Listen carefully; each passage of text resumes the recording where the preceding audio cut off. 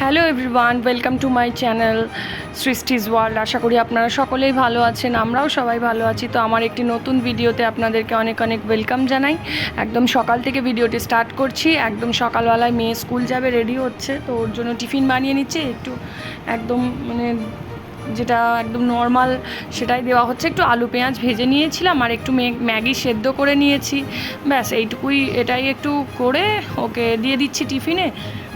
আর একটু ফল দিয়ে দিই, প্রত্যেক দিনই এরকমই একটু টিফিন কিছু ঘরে একটু বানিয়ে দেওয়ার চেষ্টা করি। আর বাকি একটা যাই ঘরে ফল থাকে সেটা দিয়ে দিই, এটাই হয় ওর টিফিন। তো এই যে মেয়েটাকে রেডি করে টিফিনটা দিয়ে দিচ্ছি, ও টিফিনটা নিয়ে স্কুলে চলে যাবে। আর ও চলে যাওয়ার পরে আবার ছোটোটাকেও রেডি করে দিয়ে আসতে হবে, তারপরে ঘরের কাজে হাত দেবো। আজকে বেশ কিছু রান্না বান্না করেছিলাম, বেশ, তো সেটাই একটু শেয়ার করলাম। ওরে বাবা, গুড মর্নিং। উঠে এরকম করে বসে আছো? ও বাবা, চলো স্কুলের টাইম হয়ে গেছে তো।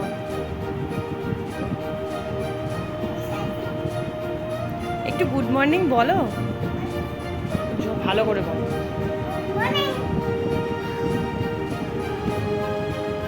গুড গার্লের মতন বসে আছিস, কোল বালিশ কোলে নিয়ে।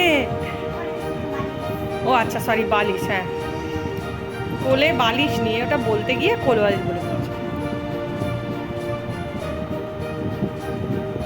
স্কুল যাবে না যাবে না? যাবে? তাহলে ওঠো, ব্রাশ করো, রেডি হও। না, আগে ব্রাশটা করে নাও। একটু বসতে গেলে টাইম হবে না স্কুলে। ও বিছানায় বসে কেউ ব্রাশ করে? চলো বেটা, বিছানায় কেউ ব্রাশ করে না? দাঁতে অনেক চিকেন লেগে আছে, ওগুলোকে ব্রাশ করতে হবে না?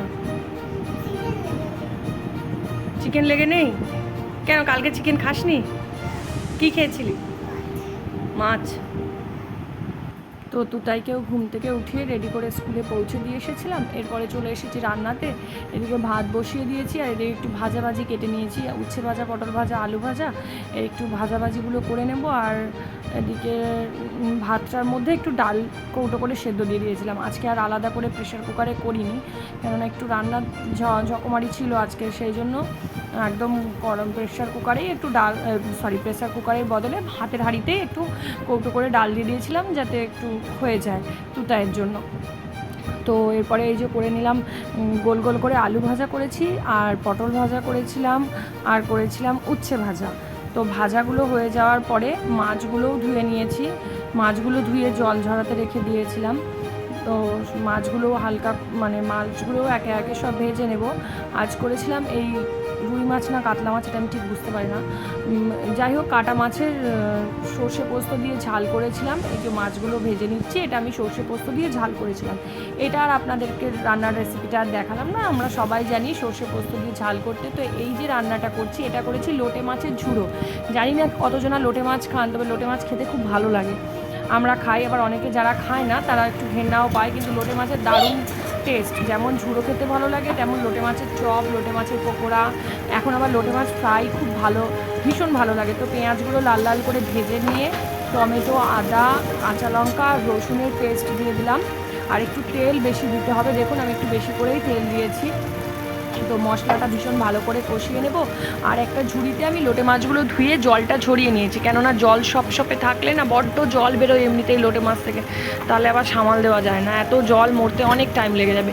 সেই জন্য একটু ঝুড়িতে জল ঝরতে দিয়ে দিয়েছি। আর এখানে গুঁড়ো মশলাগুলো দিয়ে দিলাম, একটু 1 দানা চিনি দিয়ে দিলাম, আর দিয়ে আবার ভালো করে একটু কষিয়ে নেব।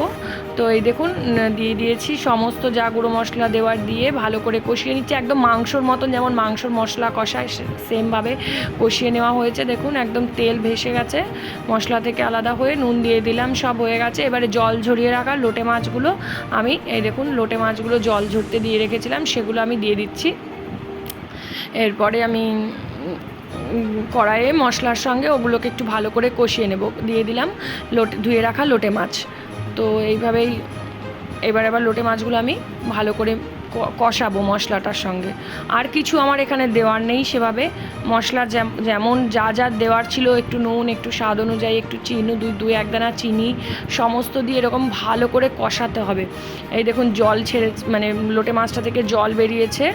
আর এই যে পাশের ওভেনে হচ্ছে সর্ষে পোস্ত দিয়ে কাটা মাছের ঝালটা, আর এদিকে লোটে মাছটা এরকম করে কষিয়ে কষিয়ে এই দেখুন এরকম হয়ে এসছে। একদম একটু তলায় লাগাই হয়ে যায় এটা, আর নাহলে মানে একদম ঝুড়ো তো ঝুড়ো হবে না, তো সেই কারণে এরকম করে নিচ্ছি। একদম ভালো করে নাড়িয়ে নাড়িয়ে লোটে মাছটা করতে হয় বেশ একটু সময় নিয়ে, যাতে জলটা মরেও যায়। আমরা যারা লোটে মাছ করতে জানি তারা জানি। আমি আসলে খুব একটা ভালো লোটে মাছ করতে মানে পারদর্শী ছিলাম না। এখন এবারে এটা যে করেছিলাম, যারা খেয়েছে তারা বলেছে ভালোই হয়েছে। তো এরপরে ধনেপাতা কুচিয়ে নিয়েছি খানিকটা, এই ধনেপাতাটা অ্যাড করে দেবো লোটে মাছের মধ্যে। তো তারপরে আবার একটু নেড়ে চেড়ে, দেখুন জলটা একদম শুকিয়ে গেছে, পাশে যেগুলো ফুটছে ওগুলো পুরো তেল, একদম শুকনো শুকনো হয়ে গেছে। আর এটা ঠান্ডা হলে, আমি আরেকটুখানি গ্যাসের ফ্লেমটা সিমে রেখে বেশ খানিকক্ষণ আরেকটু বসিয়ে রেখেছিলাম। তো এটা ঠান্ডা হয়ে গেলে একদম শুকনো শুকনো হয়ে যাবে আপনাদের। তারপরে আমি দেখাচ্ছি নামানোর পরে দেখতে কেমন হয়েছে, তাহলেই বুঝতে পারবেন। তো এখানে একটু মাছ ভাজার এই যা যা আজকে রান্না হয়েছে সমস্তটা আপনাদের সাথে একটু শেয়ার করে নিচ্ছি। তো এই আজকের রান্না বান্না, আজকে এই দিনে আসলে দিদিভাই এসেছিল, সেই কারণে একটু রান্না করেছিলাম দুপুরবেলাতে। আর এই যে পেঁয়াজ দিয়ে কাঁচা লঙ্কা দিয়ে মুসুরির ডাল, আর এদিকে করেছিলাম একটু মাছ ভাজা রেখেছিলাম, এই 3 রকম ভাজা করেছিলাম। আর এদিকে করেছিলাম কাটা মাছের সর্ষে পোস্ত দিয়ে ঝাল, আর এই যে লোটে মাছের ঝুড়ো, আর এটা আমের চাটনি। এই হয়েছিল আজকের দুপুরের লাঞ্চ।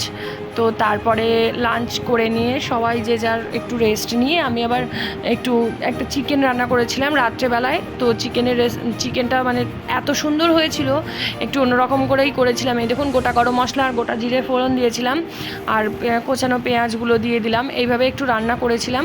খেতে খুব ভালো হয়েছিল। আসলে চিকেন তো আমাদের নর্মালি হতেই থাকে, তো মনে হয় একটু অন্যরকম করে কতদিন আর অন্যরকম করে করা যায়। তো তারই মধ্যে একটু নিজের মন মতন একটু পাল্টে করে নেওয়ার চেষ্টা করি। তো সেরকম করেই করেছিলাম, তাই একটু রেসিপিটাও আপনাদের সাথে শেয়ার করে নিলাম। এই চিকেনটা ছিল রাত্রেবেলায় করা হয়েছিল।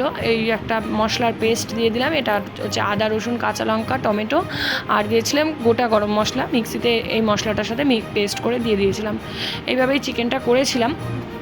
তো আমার এই ভিডিওটা আসলে এই ভিডিওটা সম্বন্ধে আর কিছু বলার নেই সেভাবে। আজকের আমি আর মানে কয়েকদিন ধরেই ভিডিও দেবো ভেবে দেওয়া হয়ে উঠছে না নানান কাজের জন্য। তো এরপরে যে আপনাদের সাথে ভিডিওটা আসবে, যে ভিডিওগুলো আমি শেয়ার করব সেগুলো হবে পুরীর ভিডিও। আসলে আমরা পুরী যাচ্ছি, তো পুরীর ভিডিওগুলো আপনাদের সাথে শেয়ার করব। আমি লং ভিডিওস এরকম না দিতে পারলেও শর্টস দেবো, চেষ্টা করব শর্টস দেওয়ার, যাতে মানে এডিট করার সময়ের একটু কম অভাব হবে। তো বেড়াতে গেলে এমনিই আমি কিছুদিন ধরে সময় পাচ্ছিলাম না ভিডিও এডিট করার, তার জন্য মানে রেগুলারলি ভিডিও দেওয়া সম্ভব হয়নি। বেশ 2-3 দিন ছাড়া ভিডিও দিচ্ছিলাম। কিন্তু এরপরে পুরী গিয়ে আমি যে ভিডিওগুলো আপনাদের সাথে শেয়ার করব, চেষ্টা করব সেগুলো শর্টসের মাধ্যমে দিয়ে দেওয়ার, তাহলে আমারও দিতে সুবিধা হবে আর আপনাদের সাথে শেয়ার করাও হয়ে যাবে। লং ভিডিওস যদি আমি এডিট করতে না পারি, আর সেই কারণেই তো আমরা পুরী যাব, সেই সময়কার ভিডিওগুলো আশা করি আপনাদের খুব ভালোই লাগবে। তো শেয়ার করব আপনাদের সাথে। এইভাবে কথা বলতে বলতে দেখুন চিকেনটাও আমার হয়ে এসেছে, চিকেন কষানো একদম রেডি হয়ে গেছে। তো রাত্রেবেলায় একটু চিকেনটা করে নিয়েছিলাম, একদম এই যে একটু টক দই দিয়ে দিলাম, দেখতেই পেলেন মানে একই চিকেনের থেকে একটু আলাদা করে করার চেষ্টা করি, আর সেইভাবেই একটু আপনাদের সাথে শেয়ার করে নিলাম। তো এইরকম করে চিকেনটা করেছিলাম। আজ রাত্রে ডিনারে ছিল এইটুকুই। তো ভিডিও যদি ভালো লেগে থাকে অবশ্যই একটা লাইক করবেন, শেয়ার করবেন, সাবস্ক্রাইব করবেন, আর আমাকে একটু এগিয়ে যেতে সাহায্য করবেন। এই বেশ কিছুদিন যাবৎ আমি রেগুলার ভিডিও দিতে পারছি না, তার জন্য ভীষণ দুঃখিত, কিন্তু আমি চেষ্টা করব আবার ভালো করে রেগুলারলি ভিডিও দেওয়ার। তো হয়ে উঠছে না আসলে, দুটো বাচ্চা নিয়ে আর সবটা বাড়ির একাই করতে হয় বেশিরভাগটাই, তো সেই জন্য হয়ে ওঠেনি। টাটা, সবাই সুস্থ থাকবেন, ভালো থাকবেন।